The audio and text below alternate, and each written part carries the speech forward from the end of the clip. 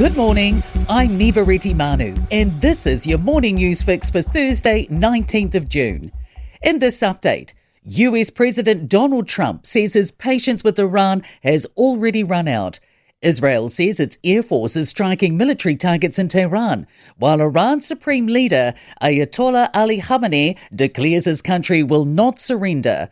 Trump is refusing to give away whether he's made a decision on US military intervention as the Iran and Israel conflict continues. You don't know that I'm going to even do it. You don't know. I may do it. I may not do it. I mean, nobody knows what I'm going to do. I can tell you this, that Iran's got a lot of trouble. And the government's exploring options for evacuation flights for Kiwis stuck in Israel and Iran. MFAT has contacted airlines in the region and is coordinating with its Australian counterpart. Foreign Minister Winston Peters says the reopening of airspace could take weeks, so citizens should do everything they can to leave the region now. The traditional census as we know it is coming to an end. Stats NZ is moving to a system using government-collected admin data, saying the current 5-yearly census is financially unsustainable. Census-style questions will still be asked in much smaller annual surveys, looking at a small fraction of the population. Auckland University of Technology Professor Rima Vaithia-Nathan told Ryan Bridge the price of census is eye-watering. We can use admin data now to do an annual census, and that's much more useful than waiting, for 5 years to find out what's happening. Improved economic activity has propped up optimism for the country's books. Figures are due to be revealed in the coming hours, showing the country's GDP data for the first quarter of the year.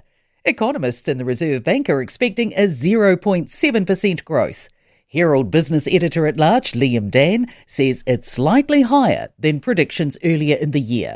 That's been lifted by stronger than expected activity in the manufacturing sector and all that activity in the agricultural sector due to high dairy prices and a really great season. A record number of Kiwi teachers are working past retirement age. More than 8,000 teachers were over 65 last year, about 10% of the total workforce. 833 are more than 75 years old. It's a significant jump on a decade ago, when about 4,700 teachers were past retirement age, 7% of the workforce. It's a big day for Christchurch's local alcohol policy. The City Council will today decide whether to progress with their draft plan, which includes banning retail sales after 9 p.m. and freezing new licences in low-income communities. It's heard more than 400 submissions on the matter. Mayor Phil Major says there's an alcohol-related harm problem in the city. He says 40 people a day go through accident emergency on alcohol-related things. In sport, Queensland have won a State of Origin League thriller 26-24 over New South Wales and Perth to level the series 1-1. Two-time Wimbledon tennis champion Petra Kvitova has been handed a wildcard to the tournament after being ranked too low for direct entry in her return from a maternity break. Footballer Costa Barbarouses has confirmed a move to the Western Sydney Wanderers for a season.